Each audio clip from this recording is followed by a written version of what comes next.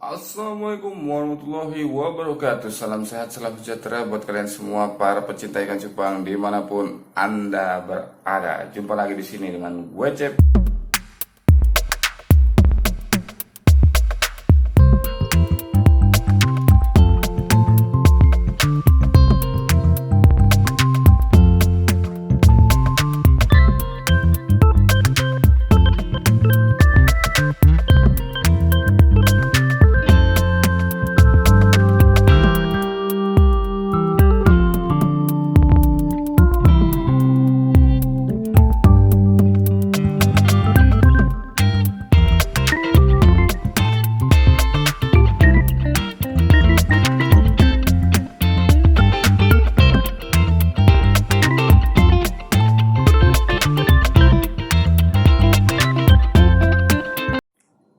Ya, jadi di pertemuan kali ini gue mau sedikit bincang-bincang lah ya. Kita ngobrol-ngobrol, sharing-sharing tentang penjualan ikan cupang yang lagi sepi. Terus bagaimana sih cara mengatasinya? Gitu kan? Oke, tapi sebelum kita lanjut, baiknya bantu gue dengan cara like and subscribe agar gue terus dapat membuat video-video yang lebih bermanfaat untuk kalian semua. Dan jangan lupa tekan tanda lonceng agar kalian mendapatkan notifikasi mengenai video-video terbaru dari channel ini. Oke, kita akan lanjut. Jadi gini ya, ini kan penjualan ikan cupang nih lagi sepi nih. Bagaimana cara mengatasinya? Itu sebenarnya kalau gue nih, yang gue bilang saran gue ya, ini pendapat gue, saran gue, ini yang gue jalanin ya, syukur-syukur bermanfaat juga untuk kalian gitu. Karena kalau yang gue jalanin sih alhamdulillah itu berhasil gitu kan ya. Mudah-mudahan buat kalian pun berhasil meningkatkan penjualan kalian gitu ya. Yaitu caranya dengan lebih kreatif.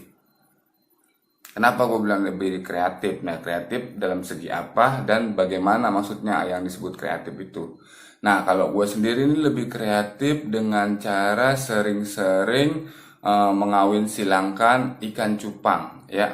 Supaya untuk apa? Supaya hasilnya itu lebih baik dan lebih berkualitas untuk menghasilkan genetik-genetik baru atau jenis-jenis ikan cupang yang baru. Karena gini, biasanya nih kalau ikan cupang jenis baru dengan kualitas yang bagus, corak yang menarik dan segala macam, biasanya dapat menarik pembeli atau meminat pembeli yang tadinya turun, yang tadinya sepi, dikarenakan mungkin mereka yang udah bosen ya dengan ikan cupang. Oh, ini udah punya, ini udah punya, ini udah punya.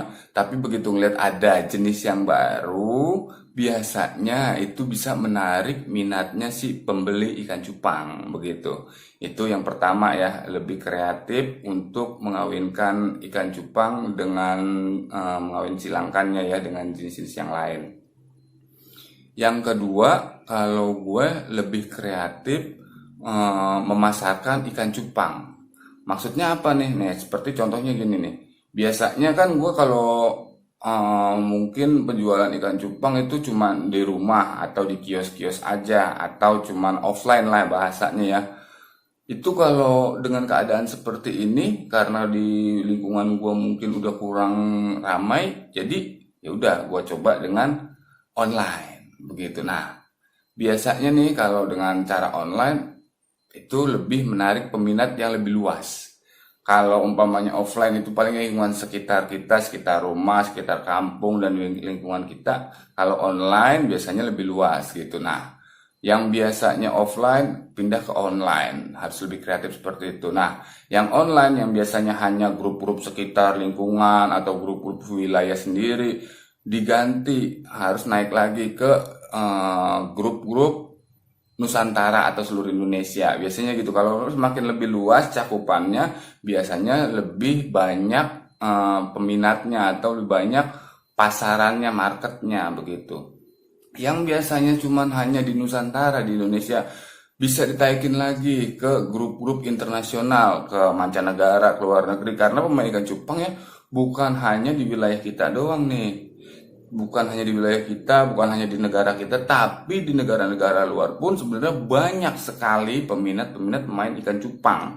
Jadi kalau saran gue ya seperti itu. Jadi gue kalau menyingkapinya atau mengatasinya dengan penjualan ikan cupang yang lagi sepi sekarang ini, ya gue seperti itu. Jadi mengembangkan market pasar atau penjualan atau menawarkan market pasar gue yang lebih luas, bukan hanya terfokus untuk di lingkungan sendiri begitu. Itu biasanya lebih banyak mengambil atau lebih banyak mendapatkan minat pembeli begitu, yang biasanya tadinya mungkin cuman offline 1-2 ekor atau sama sekali nggak ada, tapi begitu masuk online biasanya lebih meningkat. Nah, setelah meningkat di online atau memang di lingkungan sendiri masih ini bisa naik lagi biasanya itu akan lebih mendapatkan jumlah pasar atau peminat pembeli yang lebih banyak begitu. Nah, itu maksud gue. Jadi caranya yaitu dengan cara lebih kreatif. Nah, terus selanjutnya yang ketiga nih, yang ketiga itu kalian atau gue sendiri nih atau gue pribadi ya, itu lebih menanamkan pemikiran positif, merubah pola pikir yang tadinya pesimis harus jadi optimis. Karena apa nih? Kalau kita berpikiran selalu pesimis, berpikirannya kita buruk terus, negatif terus dengan kondisi ikan cupang yang seperti ini. Wah, ini sepi nih, udah aja lah gua gulung tikar lah, gua pensiun aja lah, gua obral, gua jual segala macem. Itu gua yakin yang ada kalian hanya akan terpuruk dan terus terpuruk. Tapi kalau kalian berpikirnya optimis, berpikir positif, maju ke depan dan terus berusaha, itu akan mendatangkan keuntungan lebih ya. Biasanya pasti ada aja sih jalannya gitu, karena memang segala sesuatu kalau memang kita jalankan dengan cara yang baik, dengan niat yang baik, insya Allah hasilnya pun akan baik juga begitu. Oke, ya mudah-mudahan perbincangan kali ini, saran-saran dari gue yang gue jalanin selama ini, mudah-mudahan bisa berguna juga untuk kalian, bisa menambah ilmu serta wawasan. Semangat terus, jangan lupa berpikir positif, selalu optimis, ya kan, untuk kita semua agar kita semua bersama-sama maju mengembangkan percupangan Indonesia. Maju terus percupangan Indonesia. Gue CP pamit undur diri. Assalamualaikum warahmatullahi wabarakatuh.